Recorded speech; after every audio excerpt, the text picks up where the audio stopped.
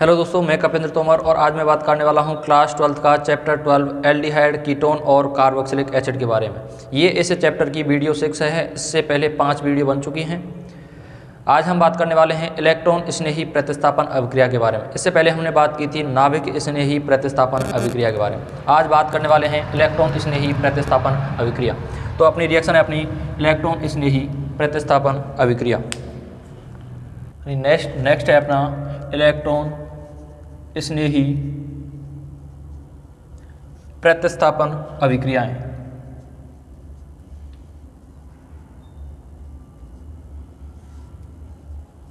Electron स्नेही प्रतिस्थापन अभिक्रियाएं, इसमें क्या होता है, जो बेंजल्डिहाइड होते हैं वो क्या देते हैं, मेटा उत्पाद देते हैं। बेंजल्डिहाइड मेटा उत्पाद देता है।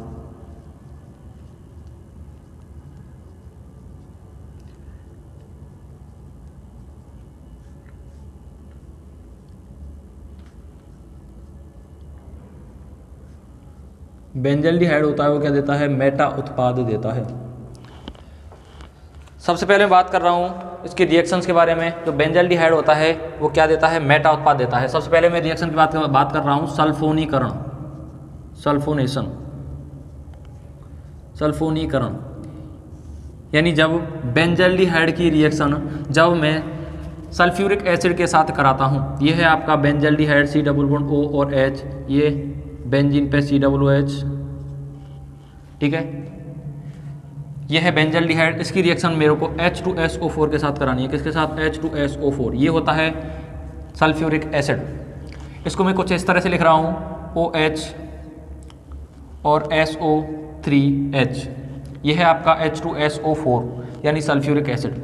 आपको पता है अभी लिखा हुआ है बेंजल्डिहाइड क्या देते हैं, मेटा उत्पाद देते हैं, ठीक है। यहाँ से मेटा पोजीशन से मैंने हाइड्रोजन निकाला यहाँ से, और यहाँ पे हाइड्रोजन पे पॉजिटिव और इस बेंजीन रिंग पे क्या आएगा, नेगेटिव आएगा। तो यहाँ से क्या बाहर निकलेगा, आपका H2O बाहर निकलेगा। और इससे क्या जुड़ जाएगा आप लोगों का, यहाँ पे ये बनेगा आपका बेंजीन पे क्या है, CHO है, और यहाँ से हाइड्रोजन बाहर निकला तो इससे जुड़ जाएगा आपको SO3H।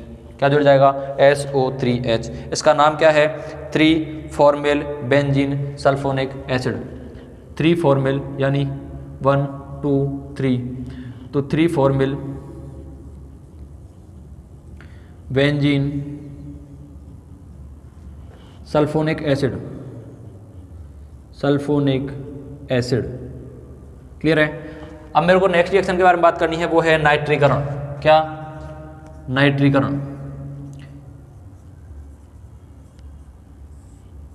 जब बेंजल्डिहाइड की रिएक्शन में किसके साथ कराता हूँ, C डबल बॉन्ड O और H, ये है आपकी बेंजल्डिहाइड। और बेंजल्डिहाइड की रिएक्शन जब मैं HNO3 यानी नाइट्रिक अम्ल के साथ कराता हूँ, HNO3, मैं HNO3 को कुछ इस तरह से लिख रहा हूँ OH और NO2। ये क्या है, HNO3, ठीक है, नाइट्रिक अम्ल।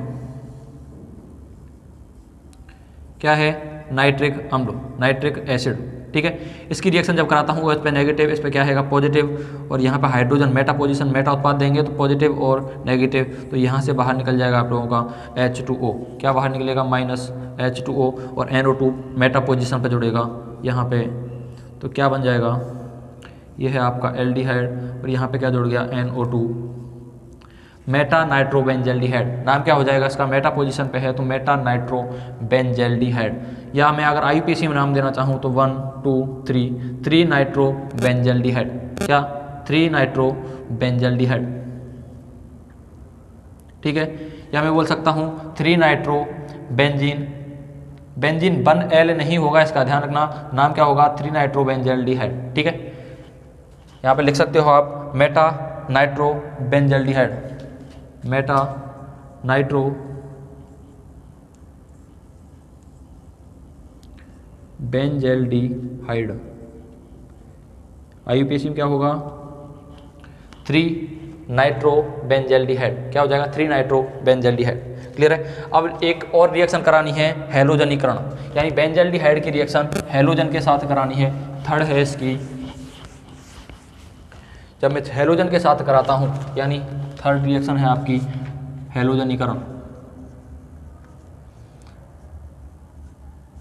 हैलोजनीकरण जब मैं बेंजल्डिहाइड की रिएक्शन, यानी ये है आपका बेंजल्डिहाइड, और बेंजल्डिहाइड की रिएक्शन में किसके साथ करा रहा हूँ, ये करा रहा हूँ मैं हेलोजन के साथ, यानी Br2 यानी Cl2। इस Br2 को मैंने कुछ इस तरह से लिखा, और आपको पता है बेंजल्डिहाइड वो मेटा उत्पाद देता है, तो पॉजिटिव और नेगेटिव इस पे दोनों पे नेगेटिव पाया जाता है, लेकिन हमें रिएक्शन के लिए क्या मानना पड़ेगा, एक पे आंशिक पॉजिटिव और एक पे आंशिक नेगेटिव। यहाँ पास में पॉजिटिव है तो पास वाले को मैं आंशिक नेगेटिव मान लेता हूँ और इसको आंशिक पॉजिटिव मान लेता हूँ। तो यहाँ से बाहर निकल जाएगा आपका HBr, क्या बाहर निकलेगा HBr, और यहाँ पे जुड़ जाएगा आपका ये बेंजीन है, ऊपर CHO है, और यहाँ पे क्या जोड़ दिया मैंने Br।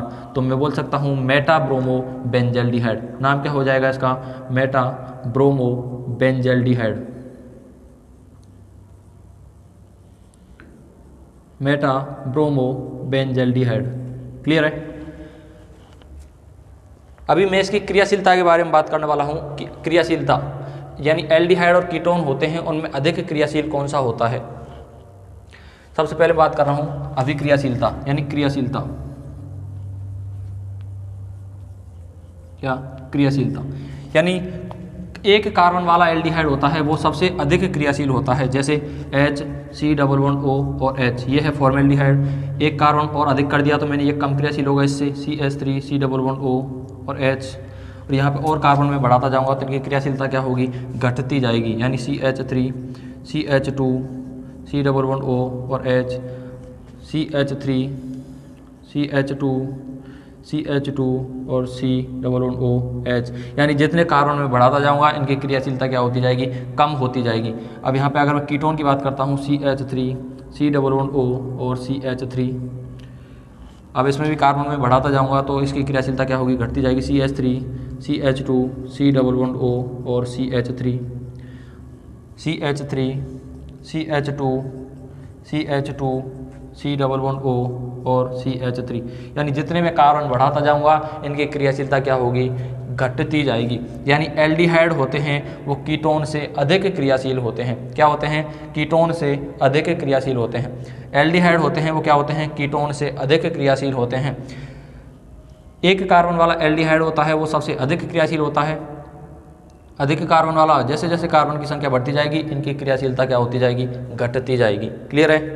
इसका कारण क्या है, क्यों घटती जाती है, कारण क्या है इसका, इसका कारण है त्रिविम कारक। क्या कारण है, त्रिविम कारक। यहाँ पे आप लिख सकते हो ऊपर,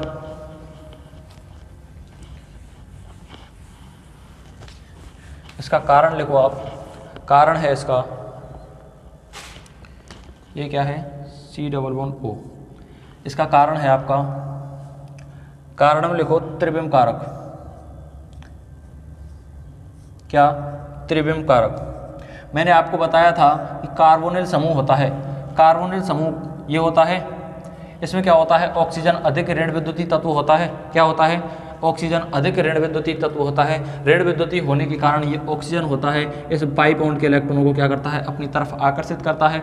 आकर्षित करता है तो ऑक्सीजन पे क्या आता है, आंशिक नेगेटिव आता है, और इस पे क्या आता है, कार्बन पे आंशिक पॉजिटिव आता है। मैंने इसका बंद कोण भी बताया था, यानी कार्बोनिल समूह का जो बंद कोण होता है वो होता है आपका 120 डिग्री। और संकरण भी बताया था, संकरण क्या होता है इसका, sp2। संकरण निकालने के लिए फॉर्मूला बताया था, सिग्मा बंधों की संख्या प्लस लोन पेयर इलेक्ट्रॉन्स। यानी सिग्मा बंध कितने हैं इसमें, 1 सिग्मा, 2 सिग्मा और 3 सिग्मा, यानी पाई बॉन्ड में 1 सिग्मा होता है और 1 पाई होता है, तो 3 सिग्मा है, तो संकरण कौन सा हो जाएगा, sp2। ठीक है। अब क्या होता है, जैसे जैसे इसमें क्या होता है, इस पर नाविक स्नेही अभिकर्मक क्या करता है, नाविक स्नेही योगात्मक अभिक्रिया के फलस्वरूप बंद कोण का मान कितना हो जाएगा इसका, 109 डिग्री 28 मिनट हो जाता है। यानी जैसे जैसे इस पर नाविक स्नेही आक्रमण करता है, यानी इस पर जैसे ही क्या करता है, नाविक स्नेही आक्रमण करता है, तो इनके बंद कोण का मान 120 डिग्री से कितना रह जाता है, इसका 120 डिग्री से रह जाता है 109 डिग्री। जैसे ही इसने आक्रमण करा तो इस बंद कोण का मान 120 से कितना रह जाता है, 109 डिग्री 28 मिनट रह जाता है। कितना रह जाता है, 28 मिनट रह जाता है, 109 डिग्री 28 मिनट रह जाता है, जिससे समूह क्या आ जाते हैं, पास आ जाते हैं, और इलेक्ट्रॉन क्या हो जाते हैं, जिससे समूह क्या हो जाते हैं, पास आ जाते हैं। यदि समूह का आकार बड़ा होता जाता है, और क्या होता है, समूह का आकार क्या होता जाता है, बड़ा होता जाता है, तो इनमें क्या हो जाती है, बाधा उत्पन्न हो जाती है। क्या उत्पन्न हो जाती है, बाधा उत्पन्न हो जाती है, और जिसके कारण क्रियाशीलता क्या होती है, घटती जाती है। दोबारा देखो, ये कार्बोनिल समूह है। कार्बोनिल समूह का जो बंद कोण होता है 120 डिग्री होता है। इस पर नाभिक स्नेही जैसे ही आक्रमण करता है तो बंद कोण का मान क्या हो जाता है, 120 डिग्री से कितना रह जाता है, 109 डिग्री 28 मिनट रह जाता है। ठीक है, जिससे समूह क्या हो जाते हैं, पास पास आ जाते हैं। यदि इनका आकार, जिससे समूह क्या आ जाते हैं, पास पास आ जाते हैं, पास पास आएगा तो बंद कोण का मान क्या हो जाता है, कम हो जाता है। ठीक है, नेक्स्ट बात करते हैं, यदि समूह का आकार बड़ा होता जाता है तो समीप आने में क्या होती है, बाधा उत्पन्न होता है। यदि, लिख लो आप इसको, एक बार लिख सकते हो ऐसे, देखो कार्बोनिल समूह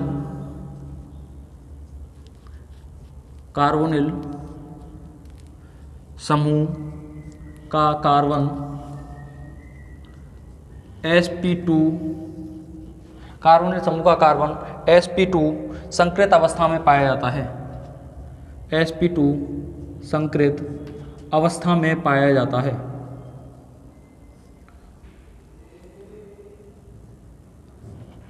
sp2 संकृत अवस्था में पाया जाता है।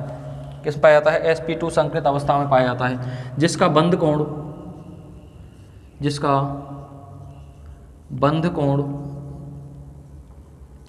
120 डिग्री होता है। इसका बंध कोण कितना होता है, 120 डिग्री होता है। इस पर क्या करता है, नाभिक स्नेही योगात्मक अभिक्रिया के फलस्वरूप, नाभिक स्नेही योगात्मक अभिक्रिया के फलस्वरूप, योगात्मक अभिक्रिया के फलस्वरूप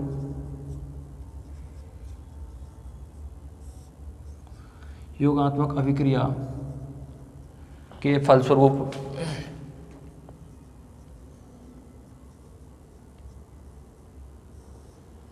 क्या हो जाएगा, बंद कोण का मान 120 डिग्री से कितना रह जाएगा, 109 डिग्री। बंद कोण का मान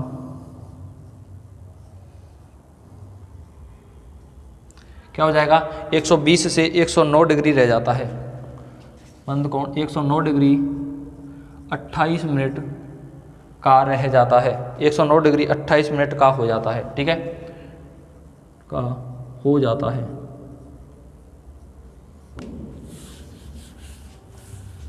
ठीक है, बंद कोण कितना रह गया, 109 डिग्री 28 मिनट का हो जाता है, जिससे समूह क्या आ जाते हैं, समीप आ जाते हैं, जिससे समूह समीप आ जाते हैं।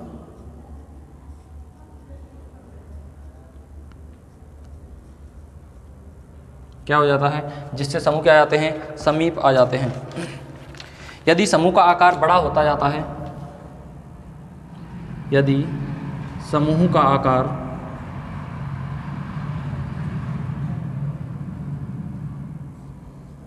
बड़ा होता है,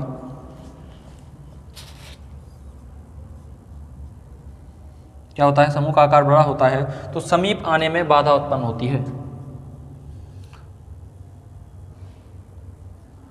तो समीप आने में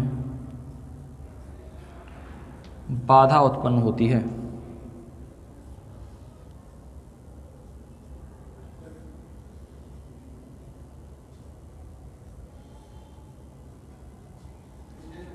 क्या होता है, समीप आने में क्या हो जाती है, बाधा उत्पन्न होती है, जिससे क्रियाशीलता घटती है, जिससे क्रियाशीलता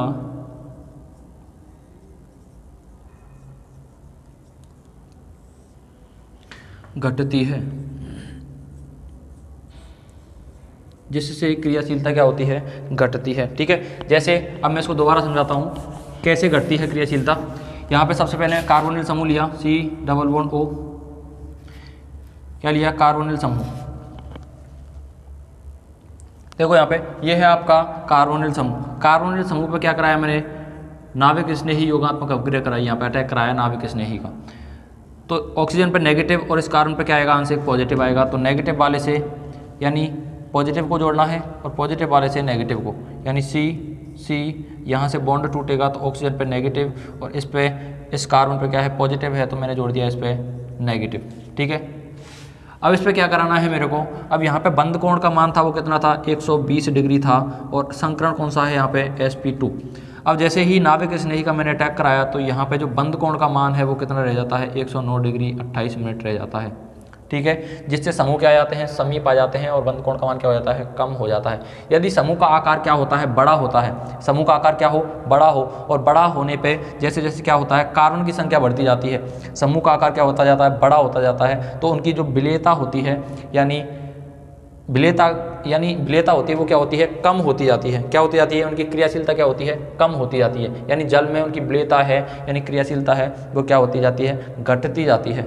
जैसे अब मैं इसकी बात करता हूँ आगे, इस पर अटैक करा रहा हूँ मैं इलेक्ट्रॉन स्नेही का। अब इस पे क्या है, इलेक्ट्रॉन स्नेही क्या होता है, जिसके पास इलेक्ट्रॉन की क्या हो, कमी हो, यानी इलेक्ट्रॉन से स्नेहित कौन दर्शाएगा, जिसके पास इलेक्ट्रॉन की क्या होगी, कमी होगी। इस नेगेटिव से कौन जुड़ेगा, अब ये पॉजिटिव जुड़ेगा, यानी यहाँ पे देखो ऑक्सीजन से जुड़ गया आपका E और यहाँ पे NU। क्लियर है, ये होता है आपका इसका कारण, यानी जो क्रियाशीलता होती है, क्यों होते हैं एल्डिहाइड होते हैं वो कीटोन से अधिक क्रियाशील क्यों होते हैं। ठीक है, यह कारण है इसका। यानी नाभिक स्नेही क्या करता है, अटैक करता है तो बंद कोण का मान क्या हो जाता है, कम हो जाता है।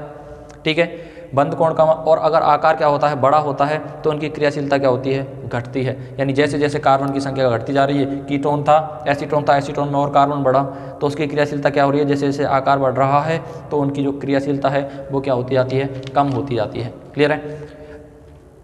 नेक्स्ट बात करता हूँ मैं क्लेजन सिमिट अभिक्रिया और सिमिट अभिक्रिया के बारे में। बात करने वाले हैं हम क्लेजन सिमिट अभिक्रिया के बारे में। यह है आपकी क्लेजन सिमिट अभिक्रिया, यानी जब एरोमेटिक एल्डिहाइड व कीटोन की अभिक्रिया एलिफेटिक एल्डिहाइड और कीटोन के साथ कराते हैं।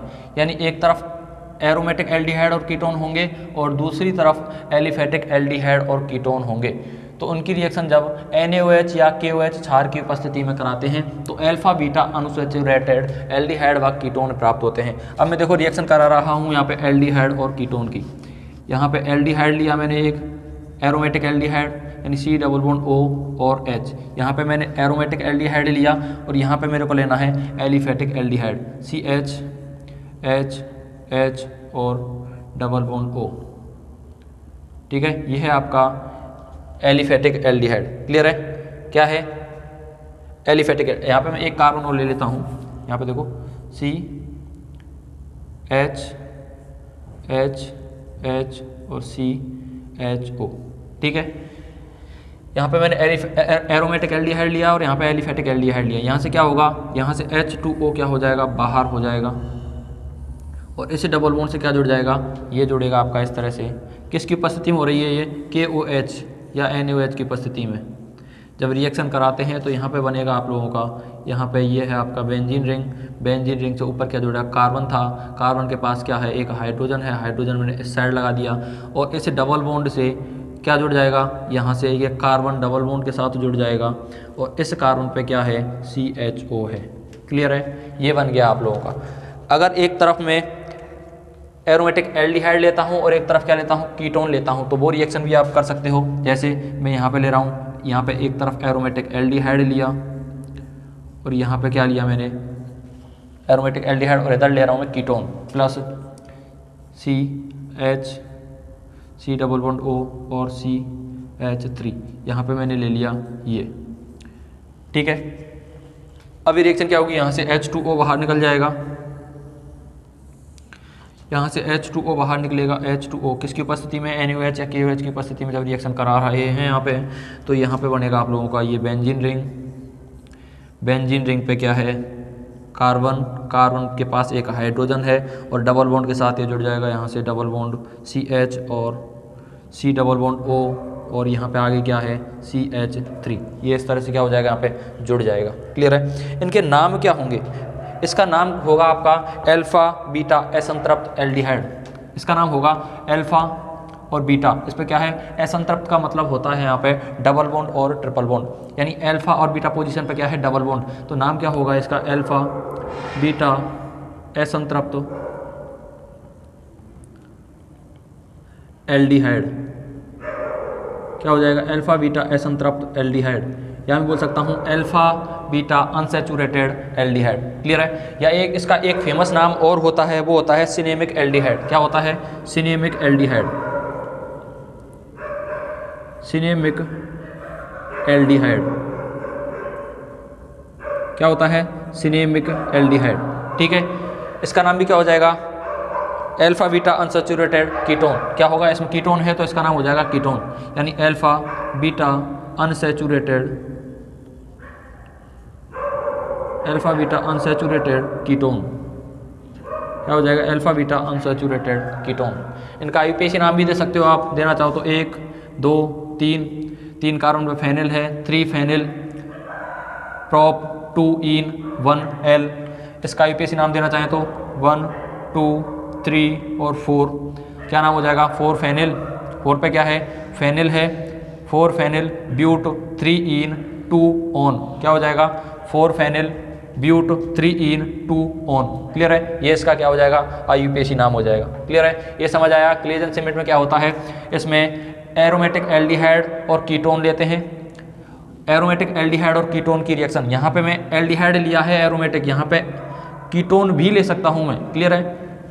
जब एरोमेटिक एल्डिहाइड व कीटोन की अभिक्रिया एलिफेटिक एल्डिहाइड और कीटोन के साथ NOH या KOH क्षार की उपस्थिति में कराते हैं तो अल्फा बीटा अनसैचुरेटेड एल्डिहाइड और कीटोन प्राप्त होते हैं। यानी एक तरफ मेरे को एल्डिहाइड एरोमेटिक लेना है, एरोमेटिक ले सकता हूँ और एरोमेटिक कीटोन भी ले सकता हूँ, और दूसरी तरफ मेरे को लेना है एलिफेटिक एल्डिहाइड भी ले सकता हूँ और एलिफेटिक कीटोन भी ले सकता हूँ। ठीक है।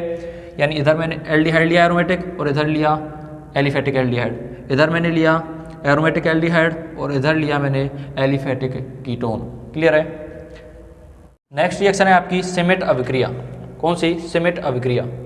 इसमें क्या होगा? सिमेट अभिक्रिया में इसमें कीटोन की रिएक्शन करा रहा हूँ मैं, कीटोन की रिएक्शन करा रहा हूँ यहाँ पे R COO और R। इसकी रिएक्शन करा रहा हूँ मैं हाइड्रोजोइक अम्ल के साथ, और हाइड्रोजोइक अम्ल होता है N3H। क्या होता है? हाइड्रोजोइक अम्ल। इसको मैं लिख सकता हूँ हाइड्रोजोइक,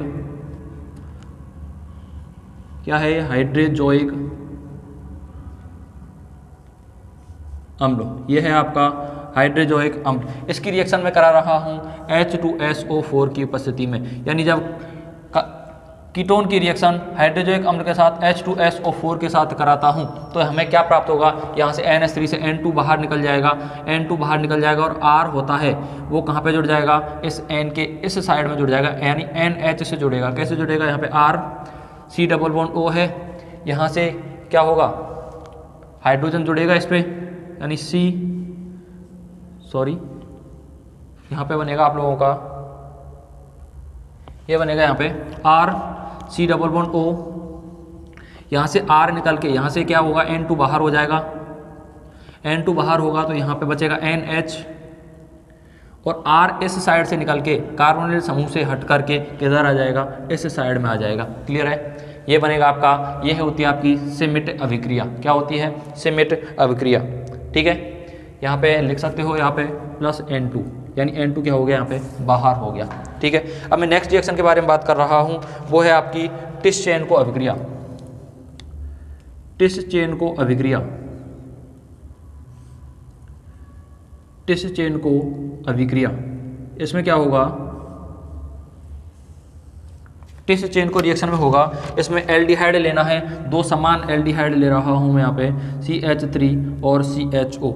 इसकी रिएक्शन करानी है मेरे को एल्यूमिनियम एथोक्साइड के साथ। किसके साथ? Aluminium ethoxide. और एल्यूमिनियम एथोक्साइड होता है C2H5O3 और एल्यूमिनियम, ये होता है एल्यूमिनियम एथोक्साइड।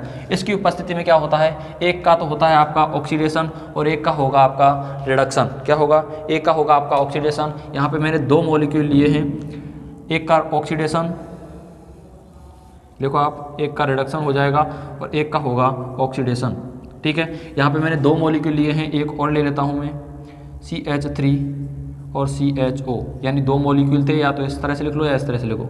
ठीक है। जब इनकी रिएक्शन में कराता हूँ तो एक का तो होगा आपका रिडक्शन और एक का होगा ऑक्सीडेशन। यानी मैं इसको इस तरह से लिख रहा हूँ कुछ C11O और H, और यहाँ पे भी लिख रहा हूँ मैं इसको C11O और H। जैसे ही मैं इसका रिडक्शन करता हूँ यानी अपचयन करता हूँ तो एक हाइड्रोजन यहाँ पे जाएगा और एक हाइड्रोजन इसके पास जाएगा, तो क्या बन जाएगा आपका CH3 CH2 और OH। और दूसरे का जैसे ही मैं ऑक्सीडेशन करता हूँ तो यहाँ पे कार्बोक्सिलिक एसिड प्राप्त होगा। क्या प्राप्त होगा?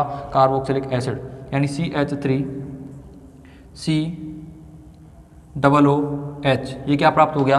कार्बोक्सिलिक एसिड प्राप्त हो गया। अब यहाँ से क्या करना है, इस अम्ल का काम क्या होता है? H+ आयन देना। यहाँ से H निकलेगा और यहाँ से OH बाहर निकलेगा, तो यहाँ से क्या बाहर निकल जाएगा? माइनस का H2O जैसे ही बाहर निकलेगा तो यहाँ पे बन जाएगा आपका CH3 CH2 और COO और CH3, क्या बन जाएगा? COO CH3। इसको मैं और क्या लिख सकता हूँ? ये क्या बन गया आपका? एस्टर। क्या दिख रहा है आपको? एस्टर। क्या दिख रहा है? एस्टर। एस्टर क्या होता है? एस्टर का फंक्शनल ग्रुप होता है COOR, यानी R की जगह पे मैंने क्या लिख दिया यहाँ पे? CH3। ये क्या प्राप्त हुआ हमें? एस्टर प्राप्त हुआ। और इसका नाम कैसे लिखेंगे हम? एल्किल एल्केनोएट, यानी इसका नाम लिखेंगे आपका methyl propanoate. Propane, prop 3 carbon तो प्रोप, सिंगल बॉन्ड तो एन, प्रोपेन नोएट, प्रोपेनोएट, क्या नाम हो जाएगा? Methyl propanoate. क्लियर है? ये हो गई आपकी टिस्चेंको रिएक्शन। या इसका एक और नाम हो जाएगा, वो क्या होगा? Ethyl acetate. क्या होगा? Ethyl acetate. एथिल एसीटेट क्या होगा? Ethyl acetate. क्या होगा? Ethyl acetate. सॉरी, इसको मैंने थोड़ा सा गलत तरीके से यहाँ पे थोड़ा गलत हो गया। यहाँ पे बनेगा आप लोगों का, यानी ये H+ बाहर निकलेगा तो यहाँ पे बनेगा आप लोगों का CH3 CH2।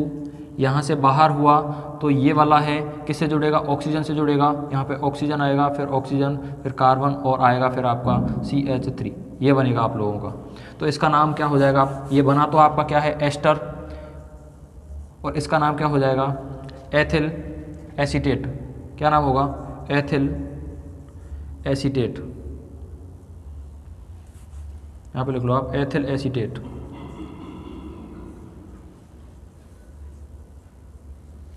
या आप ऐसे याद रख सकते हो, OH पे नेगेटिव, H पे प्लस और इस पे माइनस, COO पे माइनस और इस पे क्या आ जाएगा? पॉजिटिव। तो पॉजिटिव वाले से को नेगेटिव वाले को जोड़ेंगे तो क्या बनेगा? CH2 से क्या जुड़ेगा? Oxygen directly. यहाँ पे ऑक्सीजन जोड़ा, मैंने क्या जोड़ा था अभी? कार्बन जोड़ दिया था, जो क्या गलत था। यहाँ पे ऑक्सीजन से जुड़ेगा और इसका नाम क्या है? Ethyl acetate. क्लियर है?